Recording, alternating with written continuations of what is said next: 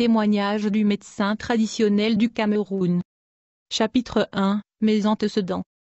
Bonjour, bienvenue dans ce témoignage. J'étais pratiquant de l'occultisme et la médecine traditionnelle, j'étais un haut dignitaire dans le monde des eaux, j'étais un souverain et un transcendant. Pendant 20 ans j'ai vécu dans le monde physique et le monde invisible simultanément. Dans le village de Moya au Cameroun, j'étais également vice-président de la coopérative de médecins traditionnels et herbales. Les gens dans le village m'appelaient Petit Jésus à cause de mes pouvoirs que je démontrais. Dans la région du sud-ouest de Cameroun, j'étais en charge des affaires externes et internes du collectif regroupant les médecins traditionnels et herbalistes. En plus, j'étais un voyageur interdimensionnel. Dans le monde invisible, j'étais marié à une sirène. À l'époque, dans cette région du sud-ouest et du Cameroun, nous avions une organisation mystique appelée le Grand 5. Ceci regroupait de médecins indigènes, traditionnels et herbalistes. Notre objectif était de combattre et d'éradiquer la sorcellerie dans les villages de la région. On combattait la sorcellerie de l'espace, de la terre et des eaux. Nous étions des forces supérieures,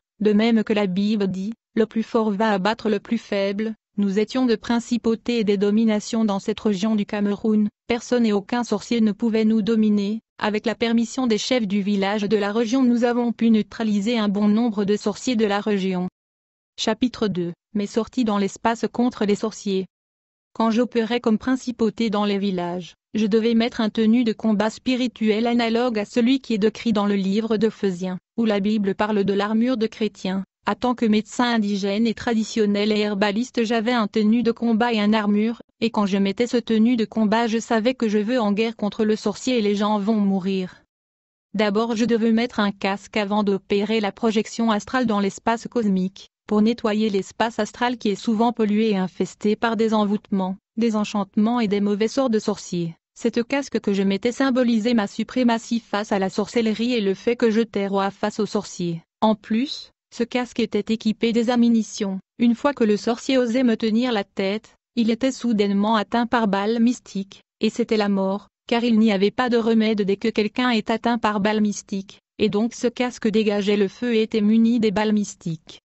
J'avais également un catapulte avec lequel je tirais mes cibles. Les ammunitions ou pierres que j'utilisais étaient faites à partir des ossements humains. Où que tu sois en Afrique ou en Europe, je pouvais te tirer et t'atteindre, mais je ne tirais pas directement sur le cible mais plutôt sur le soleil et la lune, puis ces forces de la nature dirigeaient mes ammunitions vers la cible. Sur moi je mettais également un ceinture de défense qui était un moyen de défense pour se protéger de balles de sorciers. Ceci était un véritable moyen de défense contre le sorcier qui envoûtait les pauvres villageois. En plus de cela, avant de me déployer, je tenais un sceptre mystique qui était équipé du miroir magique, me permettant de localiser le sorcier dans le village et de ville de la région lors de la chasse nocturne. Qu'il se cache sous l'eau ou dans les arbres, je pouvais le localiser afin de le neutraliser. Avant de tenir mon sceptre de puissance, je devais avant tout écraser certaines herbes, ensuite les avaler. En conséquence, je n'étais plus un homme ordinaire, j'étais transformé en une différente entité. Une fois que je capturais le sorcier, j'avais une puissance que je soufflais sur ce dernier afin qu'il confesse sa sorcellerie.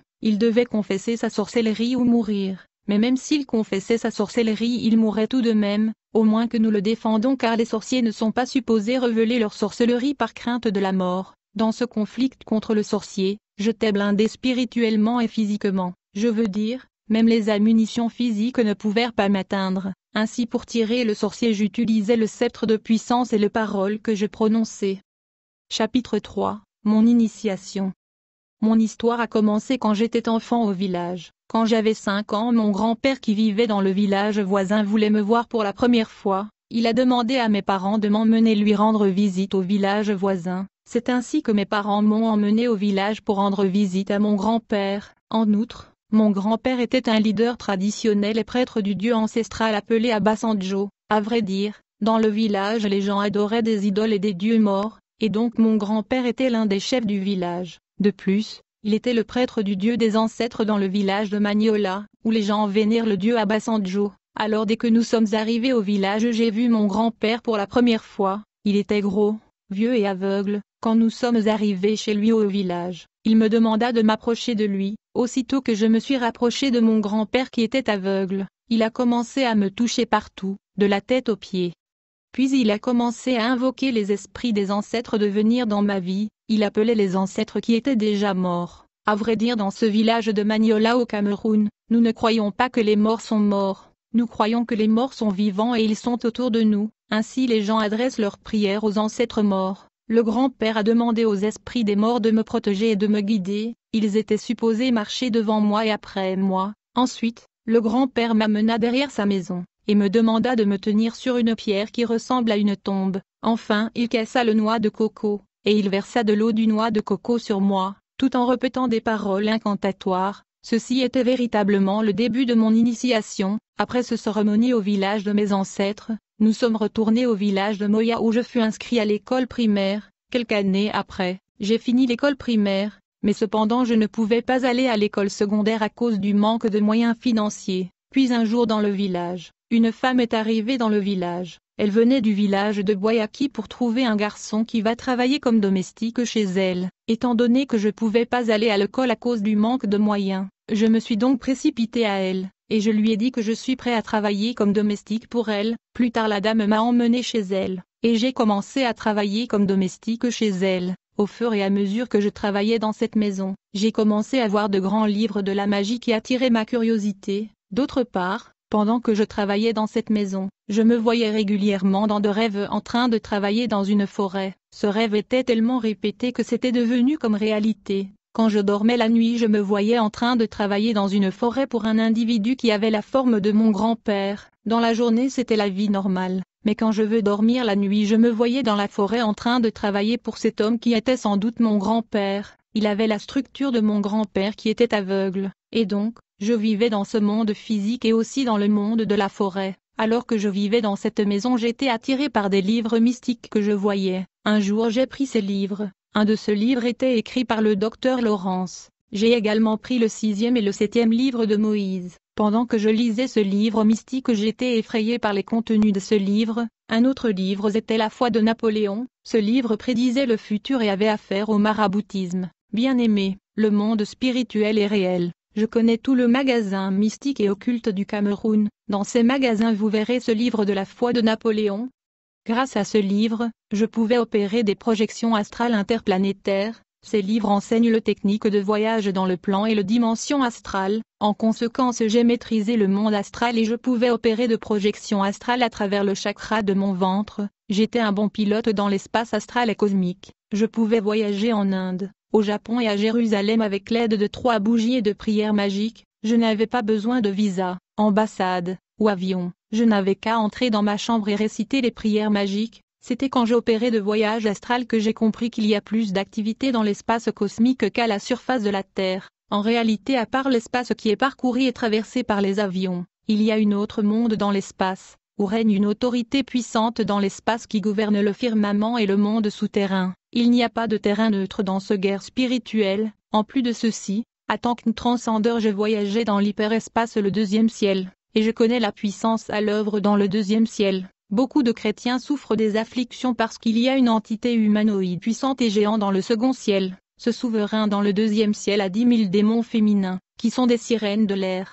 À chaque fois que les chrétiens prient sur la terre, ce royaume au 2e ciel voit des signaux à la surface de la terre. Ce signaux indique que le chrétien est en prière. Aussitôt que les princes et les sirènes de l'air remarquent qu'un chrétien prie à la surface de la terre, ils vont descendre plus précisément là où le signal de la prière est en train de clignoter, afin d'identifier la personne qui prie, dans le but de tenter de bloquer cette prière et causer l'affliction aux chrétiens qui prient. Le souverain qui est le prince de l'air dans le 2e ciel est farouchement opposé à la prière et aux chrétiens qui fait monter les prières dans le ciel, raison pour laquelle je conseille aux enfants de Dieu de se couvrir avec le sang de Jésus quand ils commencent la prière. La Bible nous parle de ce souverain et prince de l'air qui domine et gouverne dans le firmament. Il me dit, Daniel, ne crains rien, car dès le premier jour où tu as eu à cœur de comprendre et de t'humilier devant ton Dieu, tes paroles ont été entendues, et c'est à cause de tes paroles que je viens. Mais le chef du royaume de Perse m'a résisté 21 jours, mais voici, Michaël, l'un des principaux chefs est venu à mon secours,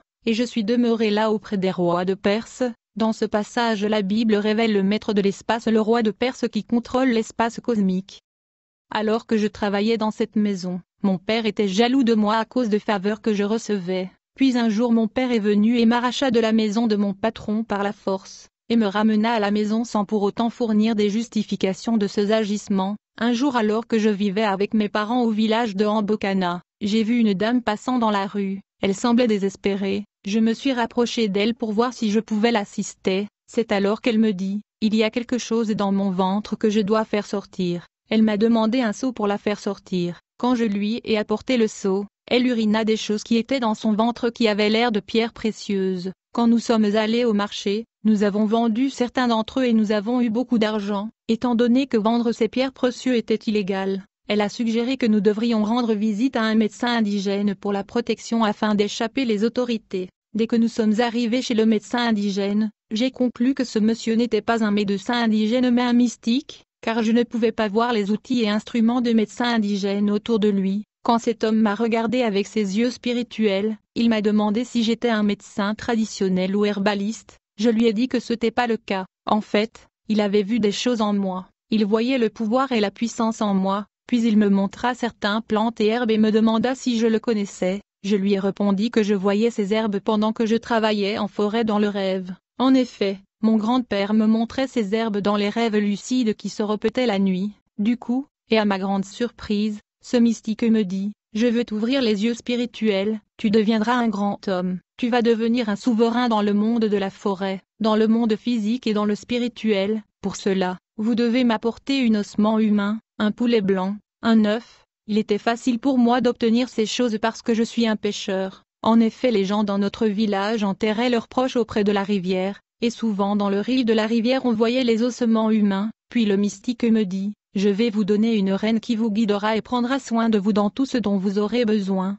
et je veux ouvrir votre vision spirituelle. À la suite de ceci, j'ai fait le tour de la zone où les gens sont enterrés, et j'ai collecté les ossements humains que j'ai apportés à ce mystique. Quand j'ai apporté ce qui m'a été demandé par le mystique, il cassa l'os sur moi et me lava traditionnellement, puis il me dit, vous allez devoir coucher avec une femme folle, afin que vous soyez intronisé et marié à la sirène. Le mystique me donna une bouteille de whisky et un poutre qui allait me permettre de maîtriser la femme folle que je devais coucher, mais d'abord je devais boire de l'eau qu'il m'a été donnée qui était supposée me donner de la bravure. Puis il me dit, une fois que vous voyez une femme folle dans le village, vous allez la maîtriser et coucher avec elle. Dès que cela est fait, je vais faire de vous un dignitaire dans le monde spirituel et vous serez un dirigeant dans le monde sous-marin. Bien-aimé, nous sommes venus voir ce mystique avec cette dame que j'ai vue à la rue, pour une supposée affaire de transaction de pierres précieuses. Mais cependant tout ceci était sans doute un montage satanique, pour me plonger dans l'occultisme. Bien-aimé,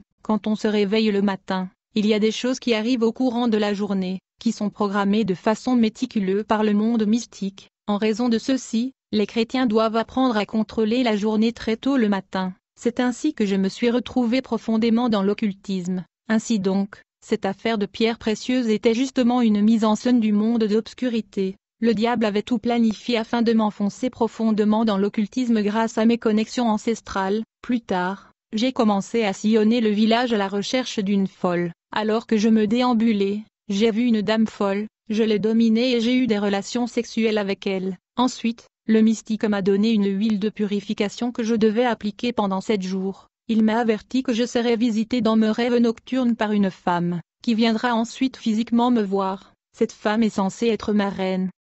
Chapitre 5. La sirène Mathilde, une reine du monde sous-marin.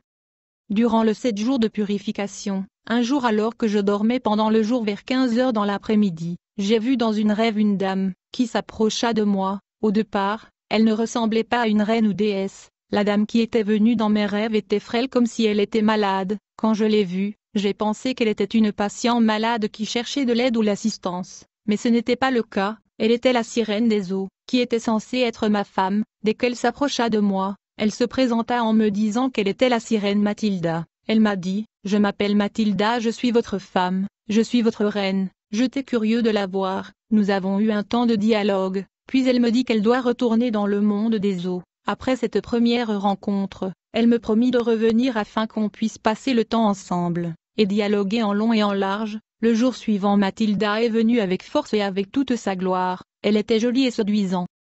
Elle me dit, je suis venue aujourd'hui afin que nous ayons de rapports sexuels. c'est comme ça que nous avons eu de relations sexuelles. Une fois que nous avons eu des rapports sexuels, elle me rassura qu'elle va revenir me prendre pour me transporter visiter le monde aquatique sous l'eau. J'étais heureuse d'entendre cela. Je lui ai rassuré que je viendrais avec lui, puis nous sommes sortis dehors, on marchait dans la rue au village et on causait, mais quelque chose s'est passé comme par coïncidence, pendant que je dialoguais avec Mathilda dans la rue dans le quartier au village, quelqu'un qui connaissait ma femme passait par là. Quand elle m'a vu avec Mathilda, elle alla informer ce dernier qu'elle venait de me voir en train de causer avec une femme. Dès que ma femme a entendu ceci, sans tarder, elle est venue nous rejoindre, et elle a commencé à brutaliser la sirène Mathilda. Ma femme ne savait pas que cette dame avec qui je dialoguais était un esprit qui est venu du monde sous-marin. Elle se mit à attaquer la dame de la mer à cause de jalousie, mais elle ne savait pas que cette dame était un esprit des eaux. Alors que ma femme se disputait avec Mathilda, elle ne savait pas qu'elle avait affaire à un démon physique. Elle enleva ses chaussures et a commencé à frapper la sirène des eaux sur la tête avec ses chaussures. En conséquence, il y avait du sang, car la sirène Mathilda était blessée, et elle était vexée. Quand j'ai vu ma femme agresser la sirène, j'ai pris le bébé de la main de ma femme pour la protéger contre la violence.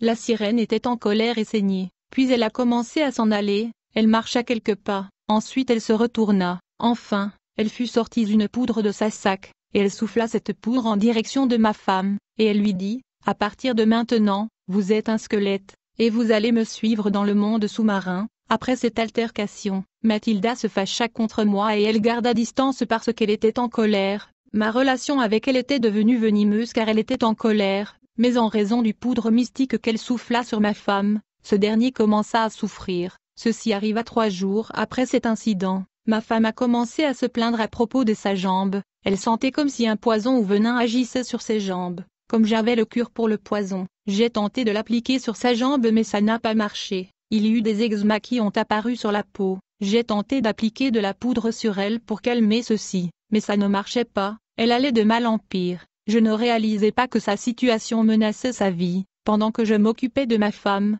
certaines villageois sont venus me proposer un emploi quelque part. Ils m'ont payé en avance. Je suis allé avec ces gens, ne sachant pas que la maladie de ma femme était mortelle. Au lendemain de ce jour, les 2 jambes de ma femme ont été paralysées, puis ce fut le tour de ses mains qui ont également été paralysées, puis elle a perdu la vue et elle est devenue aveugle. Elle ne pouvait plus parler, pourtant elle avait un bébé de 3 mois. Pendant ce temps, tous les médicaments que j'ai essayé de la donner ne produisaient aucun effet, dans la mesure où la médecine moderne avait failli. J'ai commencé à l'emmener chez les médecins indigènes et herbalistes. Je savais que cette maladie était causée par ma femme spirituelle, la sirène Mathilda. Cette sirène était forte et puissante. La condition de ma femme m'avait rendu la vie dure. Ainsi, je commençais à visiter les herbalistes et les médecins indigènes. Comme ces derniers ne pouvaient pas reverser cette situation, je commençais à fréquenter les magasins occultes et indiens pour chercher un remède. Mais en dépit de tous ces efforts, il n'y avait pas des améliorations. Enfin, je suis allé rendre visite à un mystique que nous avions l'habitude d'appeler professeur.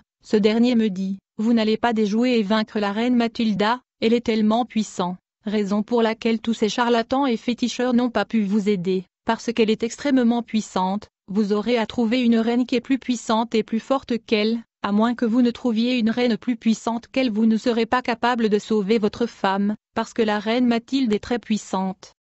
Chapitre 6. Ma rencontre avec la déesse Diane. J'ai demandé le mystique où trouver une autre reine. Il m'a ordonné d'acheter l'horoscope. Quand j'ai acheté l'horoscope, j'ai vu qu'il y avait beaucoup de dieux, et beaucoup de déesses. Le mystique me montra une reine particulière qui était très puissante au nom de Diane. Le mystique m'a donné des instructions qu'il faut observer pour se connecter avec la sirène Diane. J'ai fait ce que je devais faire pour contacter la reine Diane. Puis le mystique m'a instruit de construire un sanctuaire dans ma maison. En plus de cela, je devais installer un tuyau allant de ma maison jusqu'au fleuve. Je fis exactement comme instruit par le mystique. Alors que je récitais les prières incantatoires dans le sanctuaire comme instruit par le mystique, Diana est apparue devant moi. Aussitôt, elle me dit, « J'ai vu ton courage et ta bravoure. Je t'aime parce que tu es courageux. Mais ce soir nous devons avoir des relations sexuelles. Je veux tester ta force. » Ce jour-là j'ai fait l'amour avec cette sirène des eaux au nom de Diana. Quand nous avons fini, j'étais comme dans l'inconscience. Dès que je tentais de me réveiller, je pouvais sentir comme si quelque chose était en train de me lécher. Quand j'ai ouvert les yeux, je pouvais voir un python en train de me lécher partout. Il me lécha de la tête aux pieds. Je pouvais sentir ses salives partout sur mon corps. La déesse Diana m'expliqua que le salive de ce python allait me rendre capable de vivre dans le monde sous-marin, car nous devrions effectuer un voyage vers le monde sous-marin. Quand j'ai vu ce gros python, je n'avais pas peur, j'ai pris tout ceci comme normal. J'étais comme inconscient, mais je pouvais sentir le salive du serpent sur tout mon corps. Puis la sirène Diane m'a emmené vers le monde sous-marin. Elle me dit, je vais vous emmener vers votre trône. Quand nous sommes arrivés dans le monde qui est sous l'eau, j'ai remarqué que la jambe et le bras de mon trône étaient embellis avec la peau du python. Même la couverture du trône était serpent. Quand je commençais à vivre dans le monde des eaux, la sirène Diane m'a instruit de lui offrir cet homme de Dieu. Elle me dit, si je pouvais réussir dans cette mission, je serais intronisée et couronnée dans le monde des eaux. Elle me donna une baguette magique qui contenait une forte puissance de magnétisme et de manipulation. À l'intérieur de la baguette magique il y avait beaucoup de puissances différentes, comme la séduction, la destruction, la manipulation. Elle me dit, si vous réussissiez dans cette mission, vous serez couronné dans un trône plus élevé. Chapitre 7. La visite du royaume sous-marin. Sans tarder, la sirène suggéra que nous puissions visiter le monde fantastique sous-marin. Dès que nous avons commencé à visiter la ville, j'ai vu la beauté de ce monde. Nous sommes allés à un endroit où j'ai vu les parties du corps humain qui étaient très bien gardées. Il y avait des organes internes du corps humain et des organes externes, comme la main, les pieds, le doigt. Il y avait le cerveau, le stomac, le poumon et ainsi de suite. Alors que je me demandais ce qu'était cet endroit, la reine Diane me dit, ceux-ci sont des parties du corps et des organes des gens vivants sur la terre que nous avons capturés ici. Bien-aimés, il y a beaucoup de gens vivants sur la terre, mais leurs organes, système corporel et parties du corps sont volés et détenus dans le monde inférieur sous la mer. La sirène Diane me dit, quand un homme ou une femme a un organe ou partie de son corps capturé dans le royaume marin, vous allez remarquer que cette partie de son corps va se dégrader sur la terre. En conséquence, il sera malade parce qu'une partie du corps est en captivité dans le royaume sous-marine. Il y a des gens dont le cœur est en prison dans le monde de sirènes. En conséquence, ils ont des problèmes cardiaques. Il y a aussi des gens dont les jambes sont en prison dans le monde des eaux. En conséquence, ils sont handicapés et ne peuvent pas marcher. Il y a des gens dont leurs reins sont problématiques parce que leurs reins sont capturés et conservés dans le royaume marin. Il y a des gens qui sont aveugles parce que leurs yeux sont capturés dans ce royaume sous l'eau. En outre, il faut noter que les sorciers peuvent voler les parties du corps, les organes et systèmes corporels de l'homme. Bien-aimés, dans le nom de Jésus-Christ, les gens peuvent réclamer, revendiquer et reprendre par la force une partie de leur corps qui a été volée et mis en captivité dans le monde sous-marin. Puis nous sommes allés visiter un endroit où il y avait comme un fleuve, mais ce n'était pas un fleuve. Mais j'ai remarqué que la matière qui ressemblait à l'eau changeait de couleur. C'était beau. Puis la déesse Diane me dit, cette matière que vous voyez qui change de couleur sont des destinées, des étoiles et des richesses des gens vivants sur la terre que nous avons capturés. Beaucoup de gens sont pauvres et en difficulté sur la terre parce que l'argent, leur richesse et le destin que Dieu leur a donné a été compromis, volé et sont maintenus en captivité dans le monde des eaux. En conséquence, ils souffrent, ils font des efforts mais ils ne réussissent pas. Même là où les autres sont en train de réussir, ils échouent. Ils peuvent être courageux mais ils ne voient pas le résultat de leur effort, car leur destinée et richesse sont en captivité. S'ils peuvent venir à Christ et chercher Dieu dans la prière, leur destinée et leur bien-être seront restaurés. La Bible dira, je vous remplacerai les années qu'ont dévoré la sauterelle, le gélec, le asile et le gazam, ma grande armée que j'avais envoyée contre vous. En plus, il faut savoir qu'il y a des sorciers et de serviteurs de Satan qui modifient et réarrangent les destinées de gens. En effet, dans le monde spirituel, il y a des voleurs de destinées, des richesses et des étoiles. Comme résultat, il y a des gens qui vivent en dessous du standard de leur destinée, leur vie a été reprogrammée. Alors que notre visite dans ce monde de sirènes se poursuivait, ma femme spirituelle Diane m'a emmené à un autre endroit dans ce royaume mystérieux, où j'ai vu beaucoup de vêtements de mariage. Diane me dit, ces vêtements représentent le mariage que nous avons capturé. Beaucoup de femmes étaient censées avoir un bon mariage mais nous les avons volés. Beaucoup de femmes sont célibataires sur la terre parce que nous avons volé leur mariage. Elles peuvent entrer dans le mariage, mais à la fin elles sortiront. D'autres souffriront parce que leur mariage original a été volé. Puis nous sommes allés à un endroit où j'ai vu beaucoup de bébés qui sont préparés pour des missions sur la terre. J'ai vu de démons qui mettaient en eux de puissance destruction, manipulation et envoûtement. Quand les gens viennent chercher un bébé chez le médecin indigène, ils recevront le bébé du royaume marin des sirènes qui vient à la surface de la terre avec la mission de destruction. Puis Diane m'a montré les démons qui travaillent avec les propriétaires des hôpitaux privés, le clinique et le pharmacie, dans le cadre de capture des destinées. J'ai vu comment les propriétaires de salons de coiffure apportent les cheveux de leurs clients dans le monde sous-marin, et j'ai vu comment les démons volent le destin et richesse des gens grâce aux échantillons de leurs cheveux. En effet, dans le monde invisible, les cheveux de l'homme égalent à sa vie. À partir de vos cheveux, ils peuvent ainsi capturer votre vie, vos richesses et gloire. Dans le monde invisible, il y a de commerce de cheveux humains. Beaucoup de vies et des destinées de gens ont été compromis au travers leurs cheveux avec l'aide du méchant propriétaire de salon. Rappelez-vous que Dieu a dit à Samson, personne ne devrait toucher ses cheveux parce que sa gloire était dans les cheveux. Puisque je voyais ce que les démons faisaient avec les cheveux des gens dans le monde aquatique, je allais être rarement au salon de coiffure, et si je vais au salon de coiffure, je vais m'assurer de rassembler mes cheveux. Il y a des propriétaires de salons de coiffure qui sont merveilleusement riches à cause de ce qu'ils font avec les cheveux de leurs clients, et donc il y a des occultistes et des sorciers qui possèdent de salons de coiffure. Ils collectionnent les cheveux de clients car il est utilisé dans le monde sous-marin. Puis nous sommes allés à un endroit où j'ai vu des mouchoirs. Beaucoup de satanistes et de sorciers utilisent ces mouchoirs. Ils paieraient beaucoup d'argent pour dormir avec les femmes innocentes. Ensuite ils vont essuyer la partie génitale de ces femmes avec ces mouchoirs afin de recueillir leur sperme. Puis ils vont l'emmener dans le monde souterrain. Par conséquent, ces femmes ne vont plus concevoir le bébé dans leur vie parce que leur œuf est capturé par le monde souterrain des sirènes. Parfois ces femmes vont commencer à souffrir de problèmes de bas-ventre. En revanche, il y a aussi les femmes qui recueillent des spermes des hommes qui est en forte demande dans le monde de l'obscurité de sirènes pour la manipulation génétique.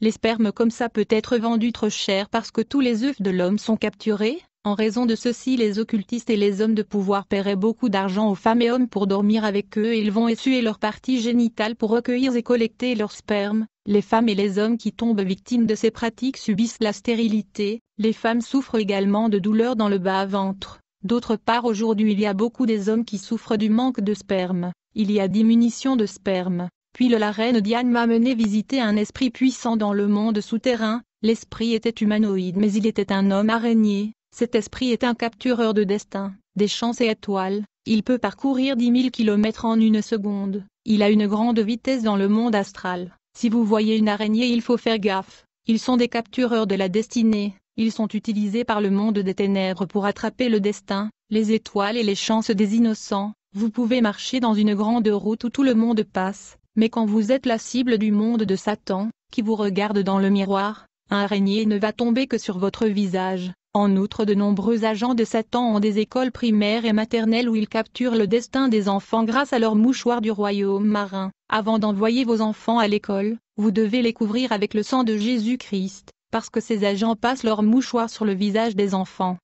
En conséquence, leur destin et l'intelligence seront compromis. En plus de cela, nous devons faire attention aux infirmières, sages-femmes, pharmaciens qui injectent ou prennent du sang. Parce que beaucoup des agents du diable sont opérationnels dans ce domaine, ils prennent du sang et le mettent dans une bouteille, et ils les envoient vers le monde des eaux. Une infirmière peut seulement injecter mais quand elle va essuyer là où elle vous a injecté du sang, elle prendra ce tissu contenant le tache de votre sang et il l'enverrait au royaume marin. Un vrai chrétien doit se réveiller tôt et se couvrir du sang de Jésus-Christ. Puis Diana m'a emmené à un département où on donne les agents de ce monde le moyen de voler l'argent dans le magasin sur la terre. Il y a des phénomènes appelés poches qui ne tarient jamais. Il y a des gens qui mettent sur leur poche un aimant d'argent. Quand ils vont à un magasin pour acheter des choses, ils vont dépenser pour acheter. Mais une fois qu'ils quittent le magasin, l'argent qu'ils sont dépensés va retourner dans leur poche. J'ai personnellement tenté ceci dans un magasin, mais cela n'a pas fonctionné, parce que le propriétaire de ce magasin était un homme de prière.